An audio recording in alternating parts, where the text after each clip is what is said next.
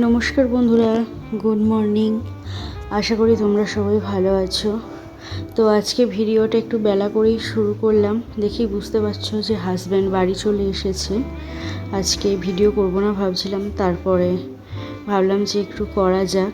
শরীরটা যেহেতু ঠিকমতো সুস্থ হচ্ছে না, সেই জন্য একটু আমি দোনোমনো করছিলাম। তো হাজব্যান্ডকে বাজার থেকে একটু গোটা মশলা আনতে বলেছিলাম, ওগুলো রান্নার জন্যে না, তো ওগুলো ভিজিয়ে খাওয়া হয় আমাদের। আর আমার জন্য হাজব্যান্ড পেয়ারা নিয়ে এসেছে।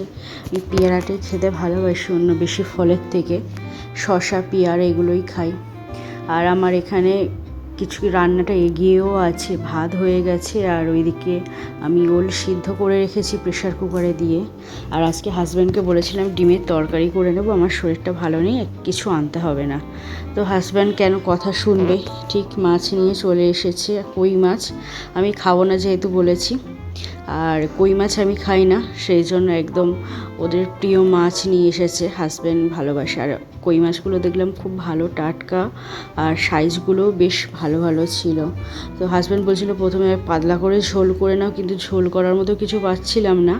ও তেল কই খেতে খুব ভালোবাসে, তো সেই জন্য ভাবলাম আজকে তেল কই করা যাক, অন্য কিছু ছিল না যেহেতু। আর এইদিকে মেয়ে আমার কাজে হেল্প করে দিচ্ছে। আজকে মেয়ে স্কুলে যায়নি, হ্যান্ড ওয়াশ নিয়ে এসেছিলো বেশ কয়েকদিন, সব শেষ হয়ে গেছে। আজকে ওই জন্য একেবারে কিছু গোটা মশলা, হ্যান্ড ওয়াশ, ওগুলো সব হাজব্যান্ড নিয়ে এসেছে।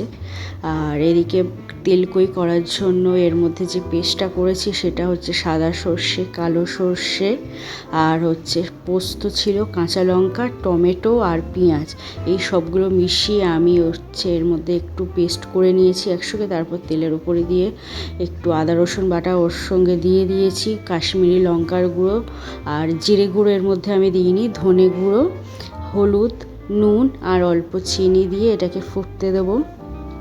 ওদিকে যতক্ষণ ওটা ফুটছে আমি এদিকে ডিমের তরকারি বসিয়ে দিয়েছিলাম অলরেডি। তো যেরকম ডিমের তরকারি করে নর্মাল, কিন্তু আমার ডিম কিছু সিদ্ধও করা হয়নি, আর ভাজতেও ভালো লাগছে না বলে ঝোলটা ফুটে উঠলে আলুগুলো পুরো সিদ্ধ হয়ে গেছে, ওর মধ্যেই আমি কাঁচা ডিমগুলো দিয়ে আস্তে আস্তে ওটাকে পুরো ঢাকা দিয়ে ওটাকে সিদ্ধ হতে দেবো। বেশ কিছুক্ষণ লাগে ওটা সিদ্ধ হতে। আর এদিকে ঝোলটা ফুটে উঠেছে, গ্রেভিটা, ওর মধ্যে কই মাছগুলো দিয়ে একটু কাঁচা লঙ্কা দিয়ে দিচ্ছি, দিয়ে আর এটাকে একটু ফুটিয়ে নিলেই হয়ে যাবে। দেখো কত সুন্দর হয়ে এসেছে কালারটা। আর এদিকে আমার ডিমও প্রায় হয়ে এসেছে। ডিমের তরকারি, ডিমগুলো দেখো এরকম হয়।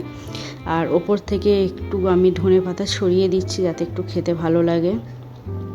হাজব্যান্ডকে খেতে দিয়ে দিয়েছি, ওর খাওয়া হয়ে গেছে, আর আমি আর মেয়ে খেতে বসে পড়েছি আমাদের খাবার নিয়ে। তো দেখা হচ্ছে পরের ভিডিওতে। টাটা, বাই বাই, সবাই ভালো থাকবেন, সুস্থ থাকবেন।